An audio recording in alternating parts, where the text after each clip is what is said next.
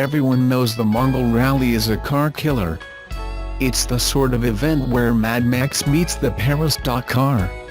And Chris Ramsey and his wife are going to do the event this year in an all-electric almost standard Nissan Leaf. He is carrying a spare tire. This looks like one of those plucky Mad Brits stories with which history is littered, and you do have to wonder just how easy it will be to find a high-speed electric charger in Kazakhstan or Siberia. Yet the Ramseys are sanguine. They have done some grueling long-distance preparation drives already. They've driven from John O'Groats to Land's End and from Edinburgh to Monaco. The 10,000 miles ahead of them in the Mongol Rally may be a trifle harder. There's no set route, so teams had to plot their course to Mongolia, and at least that gives them a chance to go via population centers where there are more likely to be recharging points, or simply a plug in someone's house. Their route goes from Goodwood to Belgium, on to Vienna and Istanbul, then to Baku and a ferry to Kazakhstan, then on to Siberia and Mongolia. It must be said the first part of the journey sounds a bit easier than the second. The car really is an all but standard Nissan Leaf with a wrap. The changes include raised suspension with sump guards and metal plates underneath to protect the braided brake lines and other parts from rocks and debris. Up top there's a roof rack with an LED light bar, which should make it possible to drive at night if necessary. Inside, the rear seats have gone to make way for storage. They're going to be in this vehicle for about 10 weeks, that's quite a challenge in itself.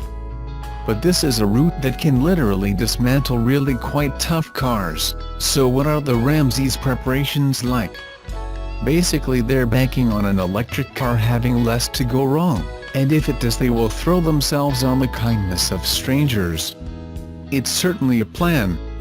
They don't know what the Russian is for electricity, but they have various adapters for the countries they go through and hope simply showing this will make it obvious what they're hoping to get. At the moment, they're on their way on this epic journey. You can't beat a bit of nostalgia, especially when you get to our age. So the Subaru Levorg GT took us back to the days of steam trains and when rally cars looked like the models they were based on.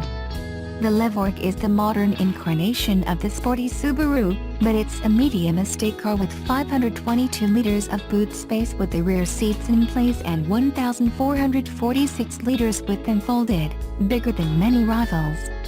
It's quite a decent car to drive, maybe a bit firm for our old bones on some country roads but more bearable on the smoother black stuff, of which there is still some to be found. There's only one engine offered in the UK Levorg, a 1.6-litre petrol, with the flat 4 layout expected from Subaru. There's also only one trim level and it only comes with a continuously variable transmission, CVT. If this package doesn't appeal you may end up looking elsewhere for your next motor, but it's worth giving this Subaru at least a once over. That CVT Lunartronic box takes drive to all 4 wheels, so it's a grippy car and was the natural choice to take to a classic car event at Sherburne Castle where parking was on a grassy field and rain was threatened. In the end, the rain mostly held off and the field was fit for any car to get going, but you never know. There's nothing worse than waiting hours to be towed out by a tractor because you've left the 4x4 at home. Naturally the car show had its collection of Subarus, most in rally livery because that's where the Japanese marque made its name thanks to drivers Richard Burns and Colin McRae. The Levorg looks somewhat tamer but is no slouch to drive, despite its figures looking a shade on the slow side for true enthusiasts. When the going gets really tough, there's nothing better to get you out than a CVT box linked to a full 4x4 setup because it never changes gears so never loses traction. Dip the clutch in a manual 4x4 to swap ratios and you risk coming to a halt in really sticky conditions. It also helps that the flat 4 layout of the engine is one that thrives on low revs. Peak torque comes in at only 1,800 RPMs, which is incredibly low for a petrol engine. It was very tempting to go round a few of the Ferraris at the show and tell the owners we had a car with the same type of engine as them due to its horizontally opposed cylinders, but decided we'd rather poke around a few old rally cars from the 60s instead. They are fascinating beasts that endured some hellish trips in the days before carbon fiber and Kevlar made competition cars almost indestructible. 2 days before that show, the Levorg had whisked us to the Cotswolds and the Gloucestershire and Warwickshire Steam Railway, where we had a pleasant time being tugged along restfully. There's something about the rhythm of a steam train and the way it rocks the carriages as they clack over the jointed rails that you just don't find anywhere else. Least of all traveling in a horrendously noisy modern diesel train or in a Subaru with sporty pretensions. That said, the Subaru manages to be quieter than a modern diesel train even if its ride is not as smooth. It's also great at the country road journeys, maybe a bit low to the ground but sure-footed if you have to ease up the bank to squeeze past anyone. One aspect that needs work is the dreadful dashboard ergonomics. The car looks as if someone got a handful of essentials, threw them at a mock-up, then placed them in the finished item wherever they had landed. Particularly cumbersome is accessing chip information, which can pop up in the center of the fascia at the top or in front of the driver. It was interesting to see that over almost 1,700 miles the car had averaged 34.2 mpg. Enthusiasts for safety info on the move will also appreciate Subaru's EyeSight suite of electronic aids that look out for dangers you may have missed. Still a good idea to keep your eyes peeled though. It might seem like a recipe for disaster, but electric car drivers could soon use the same pedal to accelerate and brake. Nissan claimed the device is a revolutionary technology that transforms the way we drive. Their e-pedal is being introduced in the new Leaf model, scheduled for release in September. The new kit will be controlled via a switch, which will turn the accelerator into an e-pedal. This will allow drivers to accelerate, decelerate and stop using just this pedal. Braking suddenly will still require use of the brake pedal. And the pedals will function normally while not in e-pedal mode. But in slow-moving traffic and built-up areas, it could provide a convenient one-pedal driving capability. That's provided you don't get too comfortable and forget the need to brake sharply when called for. The e-pedal will let drivers bring the car to a complete stop even on hills, stay in position, and resume driving instantly. Speed will be controlled by pressing the accelerator as normal. Taking your foot off the accelerator will cause the car to reduce in speed and come to a complete stop eventually. Even on steep inclines, applying the handbrake will be unnecessary while in e-pedal mode. In a written statement, a company spokesman said, "The e-pedal technology represents another key milestone in Nissan's ongoing commitment to bring accessible, advanced driver assistance technologies to the mainstream." Set to make driving safer and more enjoyable, the development of these technologies is part of Nissan Intelligent Mobility, the company's blueprint for transforming how cars are driven, powered and integrated into society.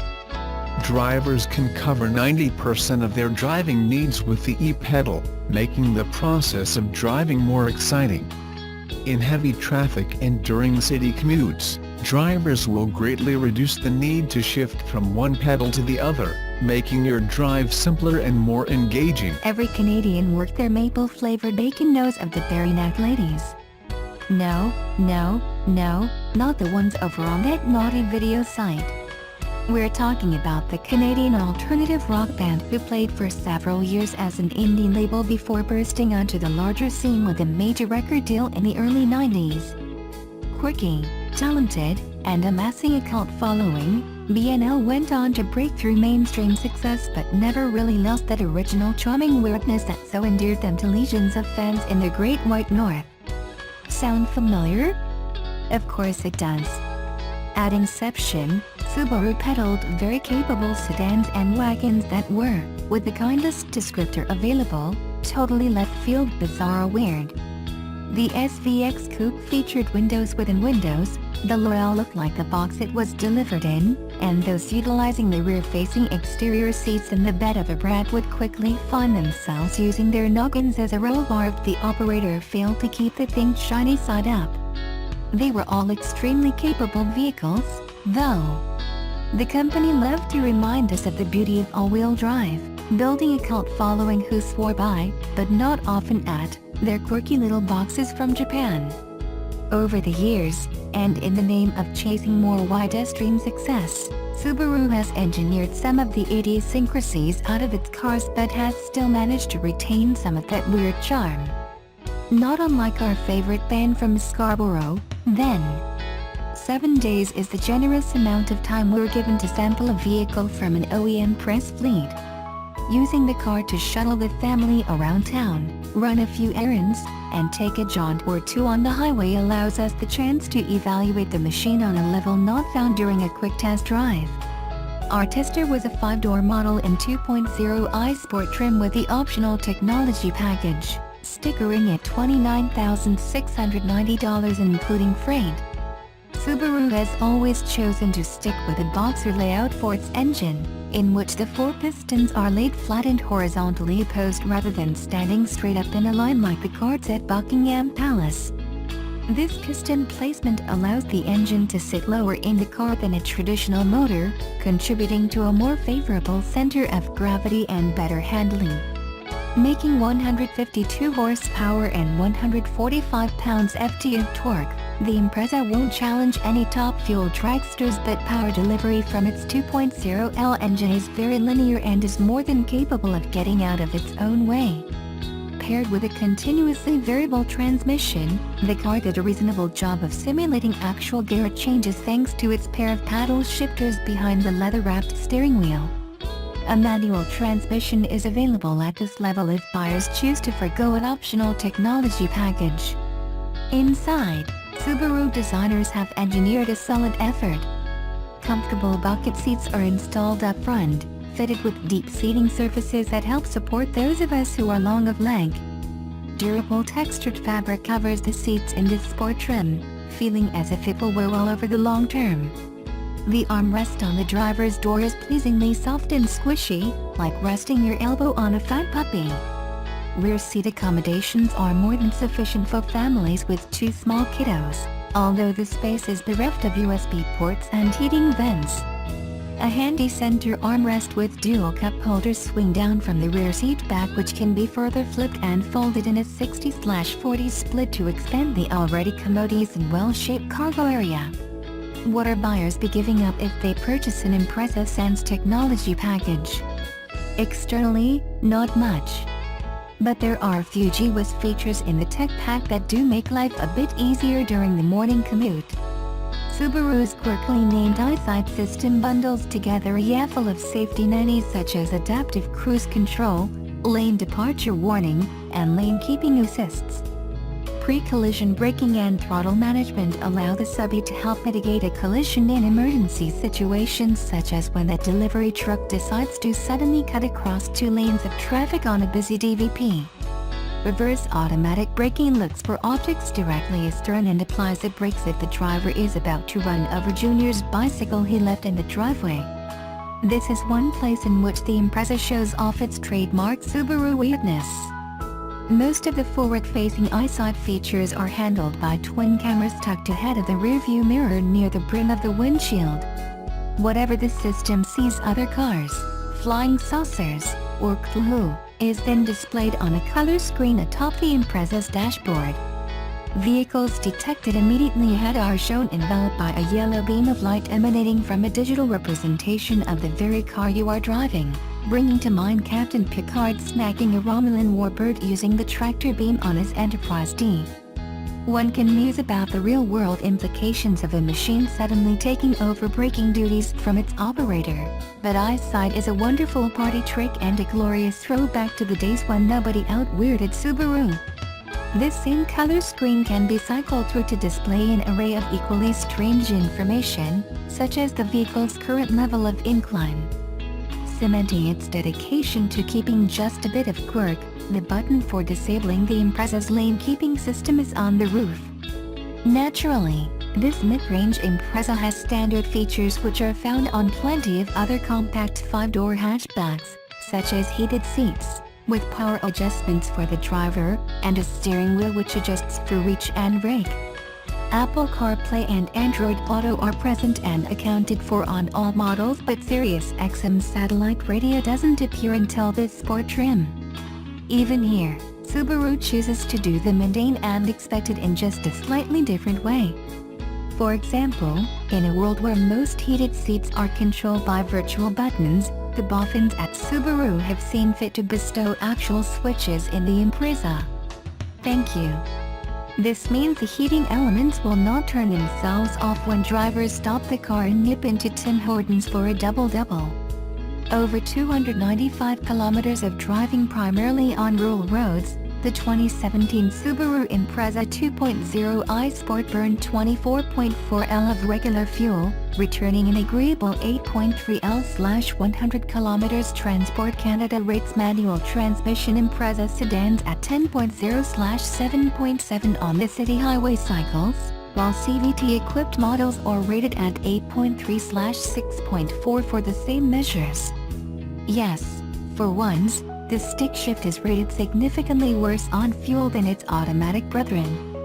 Blame, or credit, the CVT and its propensity to prioritize economy over performance for this oddity. What would I change about this is 2017 Subaru Impreza 5-door. As always, carping about power tops the list. A total of 152 of the finest Pleiades horsepower is a good start, but a bump to an even 200 would do wonders for this machine. I recognize the technological limitations of offering eyesight with a manual transmission, of course, but that doesn't stop this author from wishing it were possible to spec an Impreza in that manner. Adding USB ports to the rear seat area should also be a priority for the exploding Galaxy as a cheap way to keep devices charged and quell incessant "Are we there yet?" queries. What are the chances of this new Impreza grabbing a share of the compact car market? Pretty good, methinks. The 2017 model lays down an opening bid of $19,995 plus freight for its convenience trim, coming standard with all-wheel drive and air conditioning.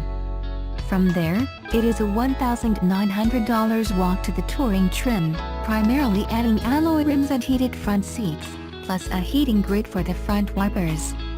Sirius XM radio and a jumbo infotainment screen don't appear until the $24,395 Sport model, while the Sportec trim adds snazzy 18-inch rims on a sportier suspension and leather seats for the princely sum of $28,595.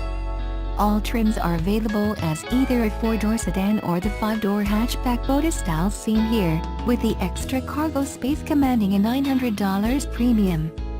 It's worth the cash. The technology package is a $2,800 option on Sport models and a $1,500 option on Sportec models. Until the gods of technology smile down upon us and see fit to bestow eyesight with the ability to comprehend the stick shift, our choice is the 5-door Sport trim with a manual transmission. Stickered at $25,295, it contains all the features of our test car save for eyesight and a proximity key with push-button start. This newest Impreza, with its mainstream styling and comfortable interior resting on new global architecture, thankfully retains some of that quirky goodness for which Subaru earned its name.